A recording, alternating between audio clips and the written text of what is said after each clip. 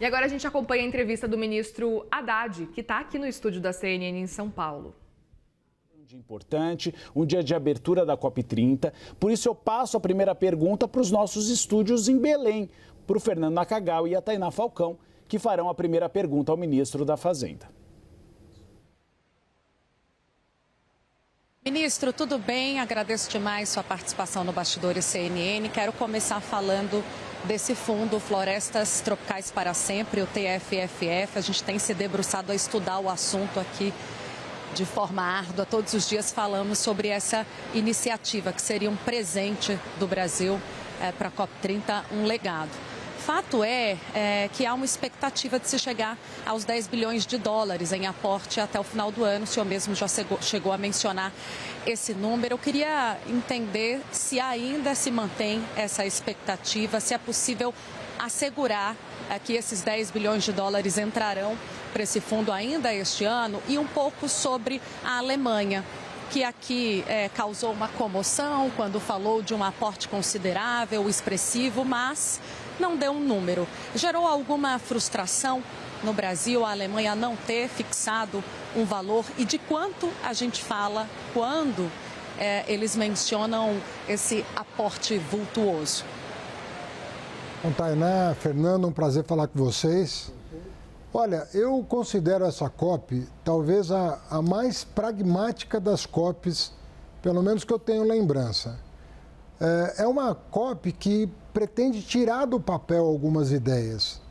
Porque, filosoficamente falando, as pessoas que vão à COP têm uma compreensão muito sedimentada do que precisa ser feito e do volume de recursos que nós precisamos para fazer a transição ecológica de maneira adequada. Mas o Brasil resolveu inovar. A pedido do presidente Lula, nós resolvemos apresentar propostas concretas. São 3 grandes propostas que nós estamos apresentando. A primeira delas é justamente o Fundo de Florestas, em que você aporta capital de investidores, países e empresas, aportam recursos, esses recursos são emprestados e com o lucro da operação, vamos dizer assim, você remunera as florestas em pé de mais de 70 países que mantêm florestas tropicais. A ideia nossa é, na nossa presidência, angariar pelo menos 10 bilhões de dólares. Nós estamos com 5,5 bilhões anunciados. Tínhamos uma expectativa de que já na COP a Alemanha fosse fazer um aporte considerável, como o próprio primeiro-ministro mencionou, né? Antes de qualquer um de nós, ele próprio deu a público que a Alemanha não vai se furtar a ajudar o Fundo de Florestas. Eu calculo que até o final desse ano a Alemanha anuncie, até porque nós estamos para fechar o acordo Mercosul-União Europeia, depois de uma longa negociação, o que também é uma boa nova para o mundo. Então eu acredito que nós vamos superar durante a presidência do Brasil, que começa agora e se estende por um ano, eu penso que nós vamos superar os 10 bilhões de dólares. Mas eu acredito que o Brasil possa se surpreender e ambicionar mais, porque tanto os Países Baixos, quanto os Emirados Árabes, quanto a China, também manifestaram apoio ao TFFF. Então, eu acredito que, a depender aí da evolução e do anúncio da Alemanha, nós podemos superar essa marca. Eu estou realmente muito otimista com a receptividade que a ideia brasileira, construída durante aí, muitos meses, né, de preparo para essa COP, eu acredito que ela foi bem recebida. E a julgar pelo que o Banco Mundial está dizendo, que vai ser o trustee, vai ser o fiel depositário desse dinheiro, por assim dizer, né? Que vai ser gerenciado pelo próprio Banco Mundial, eu penso que é uma chancela muito importante para a ideia brasileira. Então, nós já temos alguns países, temos um organismo internacional dando uma chancela importante. Eu acredito que nós temos um caminho muito interessante pela frente. Ministro, de fato aqui em Belém, a iniciativa do TFFF tem sido muito elogiada pela engenharia financeira criativa que foi conseguida, foi estabelecida e está sendo proposta pelo Brasil. Há muitos elogios ao TFFF. Não há tantos elogios às propostas do Roadmap Baku a Belém. E aí eu cito algumas dessas ideias que geram uma reação um pouco mais negativa. Eu queria ouvir o senhor sobre esta proposta brasileira e que já está sendo adotada ou tem o apoio de alguns países, como é o caso da Itália, da França e da Espanha, de um imposto sobre aviação de luxo. Andar de jatinho de primeira classe de executiva poderia ter uma taxação, um imposto climático. O senhor apoia esta ideia? Quanto poderia ser arrecadado? E se o Brasil, como anfitrião e um dos proponentes, poderia começar a adotar este imposto? Olha, Fernando, na verdade, o Brasil está levando à consideração da conferência propostas que não necessariamente nasceram no Brasil. Mas por presidir a COP, o Brasil tem um compromisso de levar à consideração dos parceiros, né, das dezenas de países que participam da COP, as ideias que circulam o mundo afora sobre como financiar. Eu mencionaria, aí com a tua permissão, a ideia da coalizão de mercado de carbono, crédito de carbono, que é uma ideia também brasileira e é a ideia de criar um mercado internacional de carbono. Eu acredito que essa segunda ideia brasileira tem condições de angariar muito mais apoio e recursos, né, do que essa ideia que você mencionou. Embora eu creio que nós vamos analisar durante a COP todas as ideias. Nós temos um desafio enorme, que é não deixar a temperatura da Terra superar um determinado número de graus Celsius, né, que pode comprometer o ecossistema planetário. E nós temos que nos debruçar sobre todas as ideias que têm algum nível de adesão. Mas se eu fosse citar para você 3 ideias que me confortam do ponto de vista teórico e prático, eu diria o Fundo de Florestas, né, que recebe o nome de TFFF, essa coalizão em torno de um mercado internacional de créditos de carbono e o que a gente chama de supertaxonomia, que é compatibilizar as classificações de atividades sustentáveis em todos os países para que o meio ambiente não seja usado como mecanismo protecionista, né?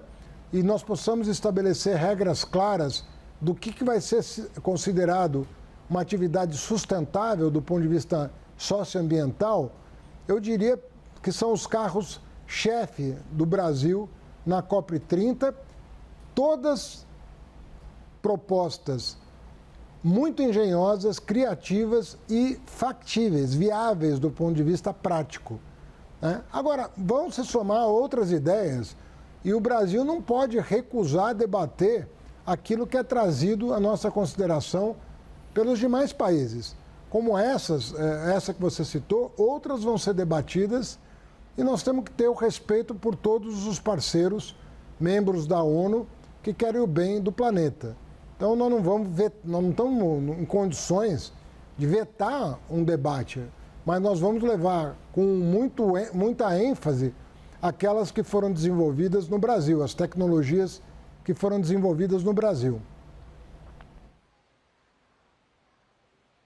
Ministro, antes da gente girar os assuntos, ainda falando do que está previsto, as propostas no Roadmap Baku-Belém, tem esse imposto global sobre transações financeiras, ficou conhecido, foi apelidado de CPMF do mundo, é justamente um imposto para financiar essas ações climáticas, aquele valor trilionário, né, sobre as ações climáticas. Bom, a gente queria mais detalhes sobre como vai funcionar, sobre que operações vai incidir, qual será a alíquota e se existe, ministro, a adesão de outros países a essa proposta.